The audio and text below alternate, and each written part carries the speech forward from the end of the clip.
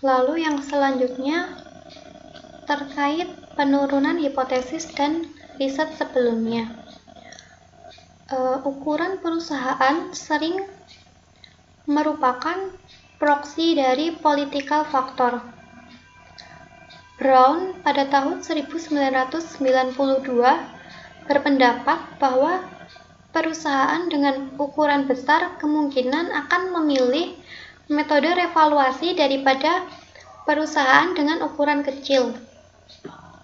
Hal ini juga ditemukan dalam penelitian yang dilakukan oleh Lin dan Paisnel pada tahun 2000, serta penelitian yang dilakukan oleh Tai pada tahun 2009, di mana penelitian ini sejalan dengan political cost hypothesis, di mana perusahaan besar akan berusaha untuk menunjukkan konservatisme pada profitabilitas mereka untuk menghindar dari visibilitas politik yang berdampak pada meningkatnya biaya politik dan peraturan yang lebih ketat. Sehingga pada penelitian ini itu mengambil posisi yang sama dengan penelitian sebelumnya oleh Brown pada tahun 1992, Lin dan Paisnel pada tahun 2000 serta Tai pada tahun 2009, di mana revolusi menunjukkan konservatisme yang dapat mengurangi visibilitas politik karena depresiasi yang semakin besar dan basis aset untuk mengukur return on equity menjadi lebih besar. Sehingga hipotesis yang diajukan pada H1 itu H1 ukuran perusahaan berpengaruh positif terhadap kemungkinan pilihan metode revaluasi untuk aset tetap. Selanjutnya, intensitas aset tetap akan mempresentasikan proporsi aset tetap dibandingkan dengan total aset perusahaan. Dalam penelitian yang dilakukan oleh Lin dan Paisnel pada tahun 2000, itu mereka menemukan bahwa intensitas aset tetap itu memiliki hubungan signifikan positif terhadap pilihan metode revaluasi aset tetap perusahaan. Hal ini juga terkonfirmasi melalui penelitian yang dilakukan oleh Tai pada tahun 2009. Argumennya adalah revaluasi layak diperhatikan di mana aset tetap merupakan porsi terbesar dari total aset yang akan meningkatkan nilai perusahaan dan karenanya memiliki potensi besar dalam meningkatkan basis aset. Selain itu, revaluasi juga dilakukan untuk mengurangi pelaporan profitabilitas perusahaan, baik melalui depresiasi yang lebih besar maupun dengan peningkatan basis aset yang digunakan untuk mengukur return on equity. Penelitian ini mengambil posisi yang sejalan dengan penelitian yang dilakukan oleh Lin dan Paisnel pada tahun 2000 dan Tai pada tahun 2009.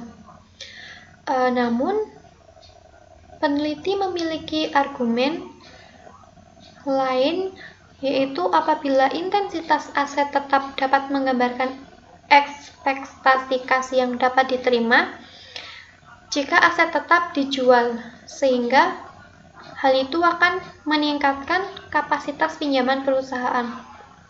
Oleh karena itu, hipotesis yang diajukan adalah H2, intensitas aset tetap berpengaruh positif terhadap kemungkinan pilihan metode revaluasi untuk aset tetap.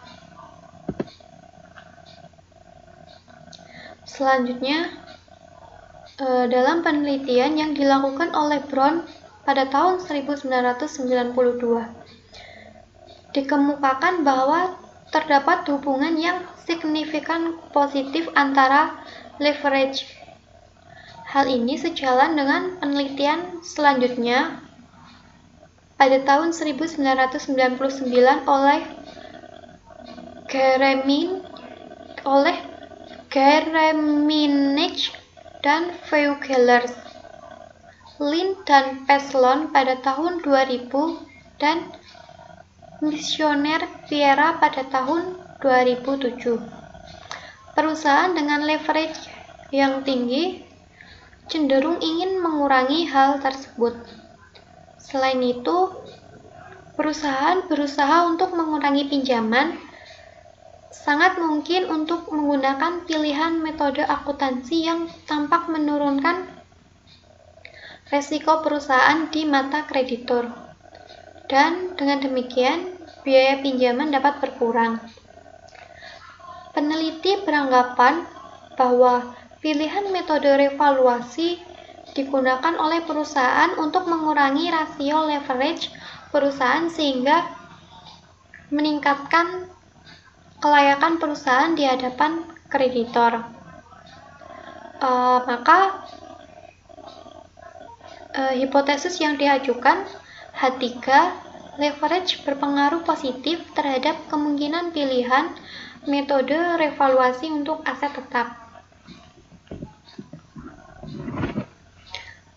Selanjutnya, Black, Seller, dan Manley pada tahun 1998 di dalam penelitiannya menemukan bahwa likuiditas memiliki pengaruh yang signifikan terhadap pilihan metode revaluasi.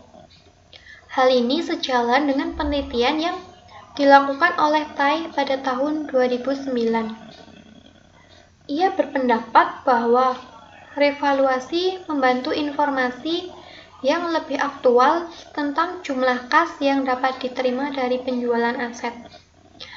Dengan demikian, membantu meningkatkan kapasitas pinjaman perusahaan serta mengurangi biaya pinjaman.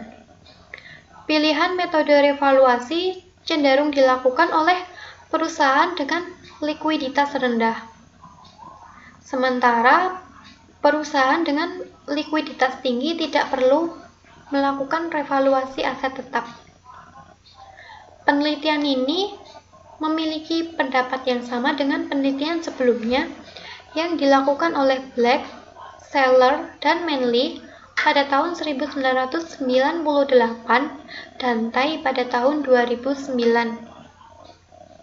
di mana peneliti beranggapan bahwa perusahaan dengan likuiditas yang rendah cenderung memiliki metode revaluasi untuk memperlihatkan aset tetap mereka yang sesungguhnya dapat dikonversi dalam bentuk kas.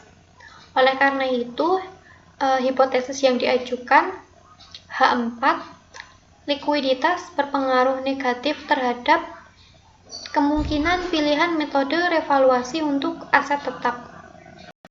Selanjutnya yaitu metode penelitian. Yang pertama adalah sampel dan sampling.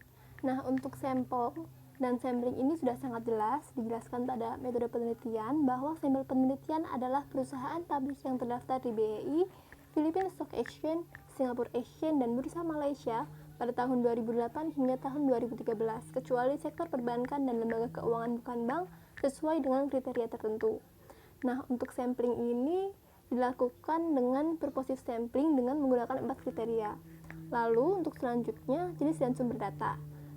Memang tidak dijelaskan secara langsung mengenai jenis dan sumber data yang digunakan pada penelitian ini. Namun hal ini dapat diketahui secara eksplisit bahwa data yang digunakan adalah data sekunder kuantitatif dikarenakan penulis mengambil data dari bursa efek dan melakukan pengolahan data dari laporan-laporan keuangan.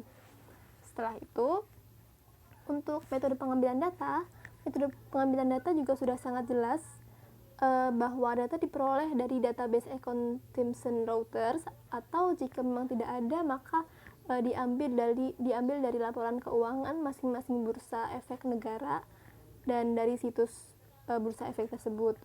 Lalu selanjutnya mengenai definisi operasional dan pengukuran variabel, sayangnya mengenai definisi operasional ini tidak dijelaskan mengenai variabel-variabel yang digunakan. Sedangkan untuk pengukuran variabelnya juga hanya dijelaskan sedikit, yaitu menggunakan teknik dummy variabel. Lalu untuk metode analisis data dan model pengujian juga sudah cukup jelas bahwa peneliti menggunakan software IBM SPSS versi 21 untuk mengolah data dengan menggunakan analisis regresi logistik dalam menguji variabel dependen. Mungkin sekian dari kelompok 7. Apabila ada kurang lebihnya mohon maaf. Wassalamualaikum warahmatullahi wabarakatuh.